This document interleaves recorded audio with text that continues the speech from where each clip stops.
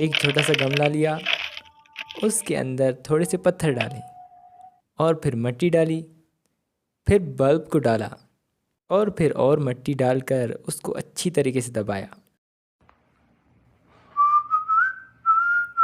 और फिर थोड़ा सा पानी।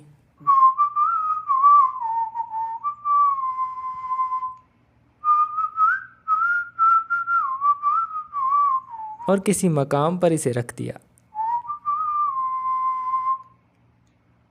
मौसम बहार में हमने पाया ये प्यारा सा फूल, जिसे डच आयरस कहा जाता है। इसकी कमाल की पत्तियां हैं, साथ में खूबसूरत पीली धारी, बहुत दिलकश लगता है।